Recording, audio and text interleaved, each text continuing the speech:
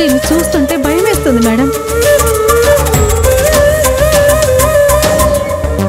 ఏంటానంది, మీ అక్కని భయపడుతున్నావంట? అదేం లేదు మేడం గారు. ఏమీ లేకపోతే అమృత మాట ఎందుకంటుంది? అది నీ గురించి. అటు అమ్మా నాన్నల్ని, అన్నయ్య వదినని, అమృతక్కని, ఇక్కడ మీ అందరినీ ఇబ్బంది పెడుతూ అసలు నేనెందుకు ఉండాలి అనిపిస్తోంది. ఎందుకు ఉండాలి అంటే ఈ మాటకి అర్థమేంటి?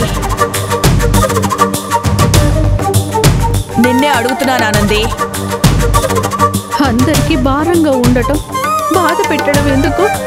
ఎక్కడికైనా దూరంగా వెళ్ళిపోతాను అంటోంది. అవునా? అవును మేడం. దీని మాటలు వింటుంటే నిజంగా వెళ్ళిపోతుందేమో అని భయం వేస్తోంది. ఇందులో భయపడ్డానికి ఏముంది అమృత? వెళ్ళిపోని. మేడం, అవును, అందరిలో ఉండటం తనకి ఇబ్బందిగా ఉంటే వెళ్ళిపోని. నువ్వు వెళ్ళిపోవాలంది. నీకు ఎక్కడికి వెళ్ళాలనిపిస్తే అక్కడికి వెళ్ళిపో. నీ ఇష్టం. నిన్ను నేను ఆపను. మీ వాళ్ళని కూడా ఆపొద్దు అని చెబుతాను. వెళ్ళు. ఇప్పుడే వెళ్తావా? రేపు వెళ్తావా?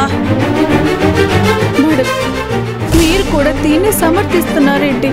తను నలుగురిలో ఉండటానికి ఇష్టపట్టలేదు, అందుకే వెళ్ళిపోతానంటోంది. వెళ్లే వాళ్ళని ఆపడం ఎందుకు అమృత? నువ్వు వెళ్ళానంది.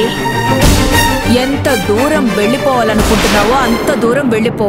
కానీ నువ్వు ఎక్కడికి వెళ్ళినా, ఎంత దూరం వెళ్ళినా అక్కడ కూడా మనుషులుంటారు. మనుషులంటూ ఉన్నాక మాటలంటారు. ఓహో, కొత్త ప్రదేశం కదా, నా గురించి ఎవరికీ తెలీదు కదా, నన్ను వాళ్ళేమంటారు అనుకుంటున్నావా? నీ కడుపు రోజు రోజుకి పెరుగుతుంది. అది చూసి ఏంటమ్మా ఇది అని అడుగుతారు కదా. అప్పుడు ఆ కొత్త వాళ్ళకి ఏం చెప్తావు నువ్వు? ఈ కథ చెప్పినా వాళ్ళు నమ్మరుగాక నమ్మరు. మెల్లగా ఇక్కడిలాగా కొంతమంది కాకుల్లా పొడుస్తారు.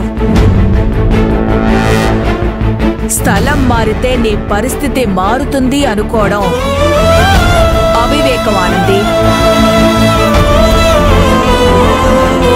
ఎవరూ లేని చోటికి వెళ్ళిపోతాను.